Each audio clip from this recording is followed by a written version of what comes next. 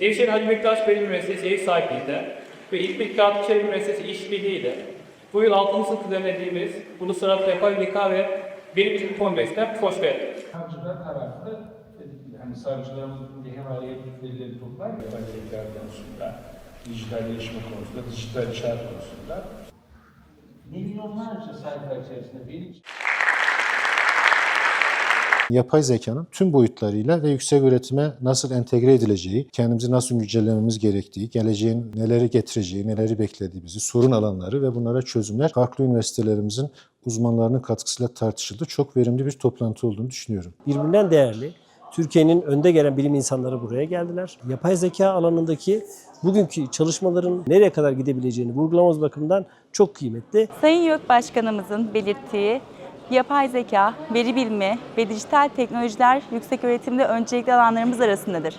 Küresel ölçekte rekabet edebilmek için üniversitelerimizin yenilikçi ve teknoloji odaklı bir yapıya kavuşması gerekmektedir sözleriyle çizmiş olduğu yol haritası doğrultusunda Yapay Zeka Merkez Müdürleri çalıştayında ülkemizin üniversite ve kamu kurum ve kuruluşlarının yapay zeka merkez müdürleri bir araya gelerek mevcut durumumuz, gelecek vizyon ve yapılabilecek işbirlikleri konusu ele alınmıştır ve çok verimli bir çalıştay tamamlanmıştır. Hem yapay zeka ve merkez müdürleri çalıştayı hem de aynı zamanda hukukta yapay zekanın olduğu bir panel bulunmakta. Bu ikisi ilk defa bir arada Nevşehir'de gerçekleştiriyoruz. Nevşehir Hacı Bektaş Üniversitesi'nde. Yapay zeka ile ilgileniyorum.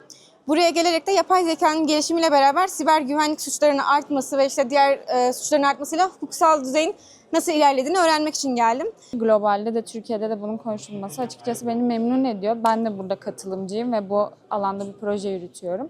Yapay zeka ile ilgili farklı konularla gelişimiyle alakalı ve geleceğimizle alakalı bilgiler edindim, yani verdiler. Gelecekte kendi kariyerimi inşa etmem açısından bir fikir verdi bana. İnsanın ilgilendiği şeyle ilgili de bu kadar bilir kişilerin, uzmanların da görüşlerini dinlemek güzel. Türkiye'deki üniversitelerimizin 30'a yakın zannedersem iş barındırdıkları yapay zeka araştırma ve uygulama merkezleri var. Yöneticilerin bir araya gelip merkezlerle alakalı tecrübelerini, bilgilerini paylaşmalarını arzu etmiştik. Ben de burada YÖK'ün bu konuda yapay zeka ile ilgili çalışmalar konusunda bilgi verdim onlara.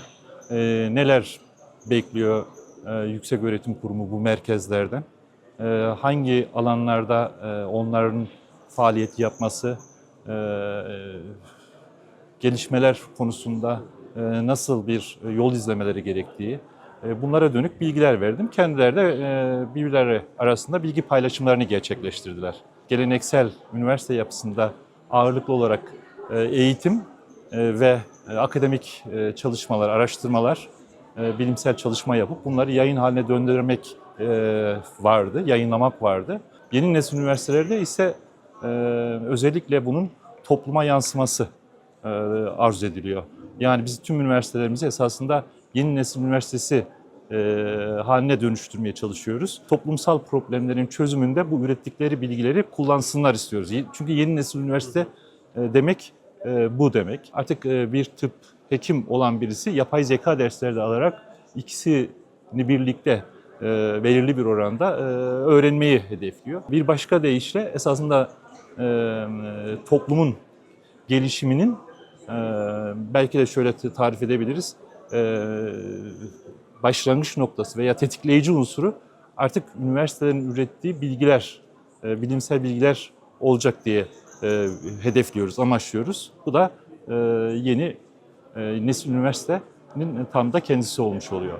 Merkezler içerisinde bu yeni nesil üniversite olma yolunda tahminimce en etkili merkezlerin başında yapay zeka araştırma ve uygulama merkezleri gelecek. Sebebi de çünkü yapay zeka gerçekten stratejik bir alan. Dolayısıyla topluma yansıyan faydalarını, bilgilerinin en rahat görebileceğimiz bir alan. Kampüs içerisinde sosyal bilimlerle ilgili bölümler olabilir, sağlıkla ilgili olabilir veya mühendislik, teknik alanlarla ilgili olabilir.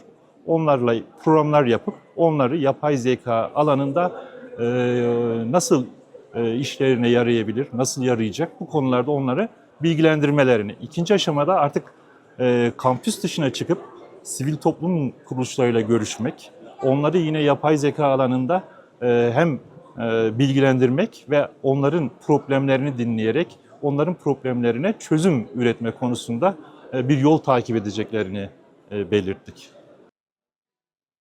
Yüksek öğretimdeki eğitim planlarında yeni programların açılması, yeni üniversitelerde durum nedir?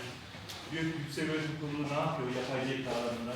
Ne tür karar 2,5 yıl önce mevcut o esnadaki yapay zeka ile alakalı mevcut mezun sayımız nedir diye baktığımızda işte sağladıkça tabii öğrenci almaya 14 üniversitede açmışız.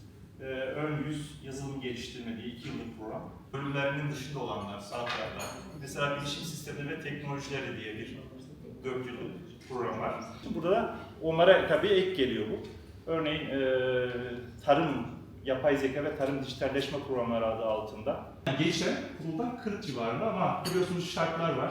İşte şu kadar üretim üyesi olması lazım falan diye. Bu şartlardan dolayı ancak şu anda olan 160 civarında yani bilgisayar merkezleri sayımız 29'muş. Ama dediğim gibi laboratuvarların sayısı daha doğrusu 387.